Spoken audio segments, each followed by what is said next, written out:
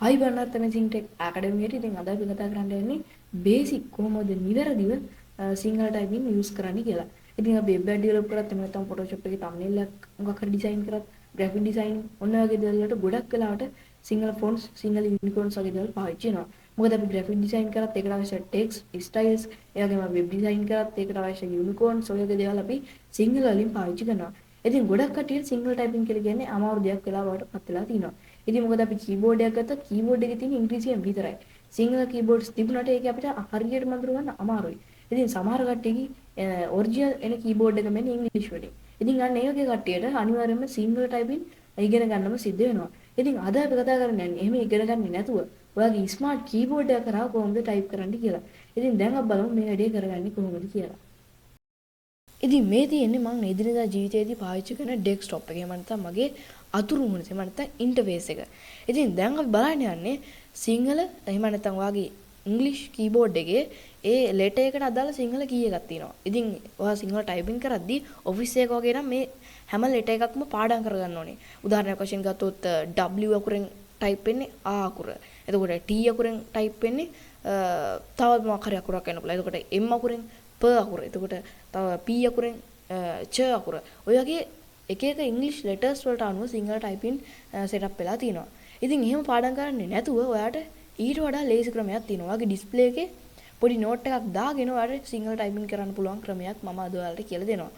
ඉතින් මේකට ඔයාලට කරන්න තියෙන්නේ ඔයාගේ Google Chrome එක වෙන්න පුළුවන්. එහෙම නැත්නම් Firefox එක වෙන්න පුළුවන්.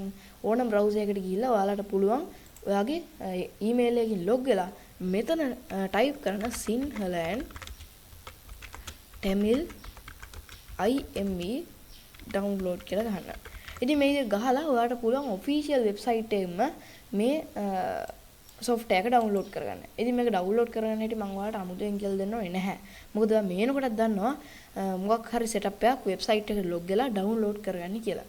ඉතින් මම මුලින්ම මේක ඩවුන්ලෝඩ් කරගෙන app එකත් install කරගෙන තියෙන්නේ. ඔයාගේ search bar එකේ නිකමට වගේ search එකක් දාන සිංහල and tamil EME කියලා ඔයාලට පේන ඇති සිංහල and tamil EME කියලා app එකක් තියෙනවා. හැබැයි මේ app එක open වෙන්නේ නැහැ නේ. එතකොට මේක මේ විදිහේ නිකන් interface එකක්. එහෙම නැත්නම් මෙන්න මේ විදිහේ අතුරු මුහුණක්. එහෙම නැත්නම් මේ loading process එකක් ගිහලා එක සැරේටම නවතිනවනේ.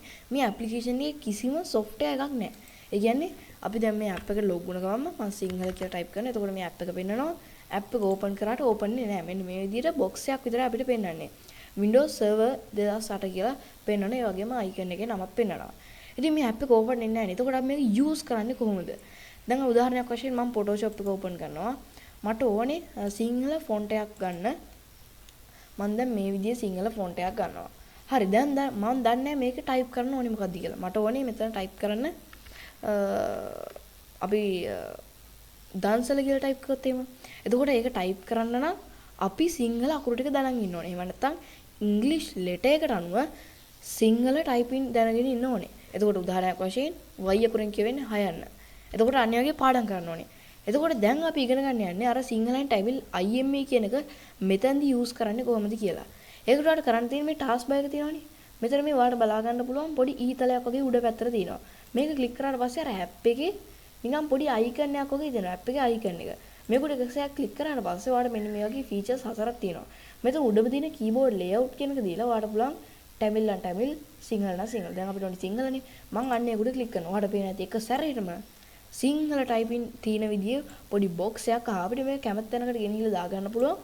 දැන් අපිට මේ විදියට තියෙනවා W අකුරෙන් ආ අකුර, E අකුරෙන් නම් ඇදය, ඒ වගේම R අකුරෙන් නම් R අකුර, T අකුරෙන් නම් A අකුර ඔන්න ඔය වගේ තියෙනවා. දැන් ඔයාලට මේක සිලෙක්ට් කරලා ඔයාලට දැන් අපි හිතමු දන්සල කියලා. එතකොට මෙතනින් බැලුවා දයන්න තියෙන මොකේද? දයන්න තියෙන O අකුරට. එතකොට ආගේ ඉංග්‍රීසි කීබෝඩ් එකේ O අකුර මෙතනින් ප්‍රෙස් කරා. එතකොට දයන්න ටයිප් වෙනවා.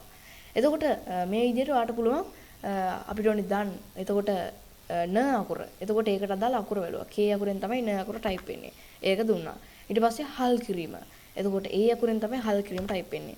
ඔන්න ඔය විදිහට ඔයාලට පුළුවන් ඔයාලට අවශ්‍ය විදිහට මේක කස්ටමයිස් කරගන්න. ඉතින් මෙන්න මේ විදිහට තමයි අපි සිංහල කීබෝඩ් එක මෙන්න මේ සිංහලෙන් Tamil IME කියන එකම යූස් කරන්නේ.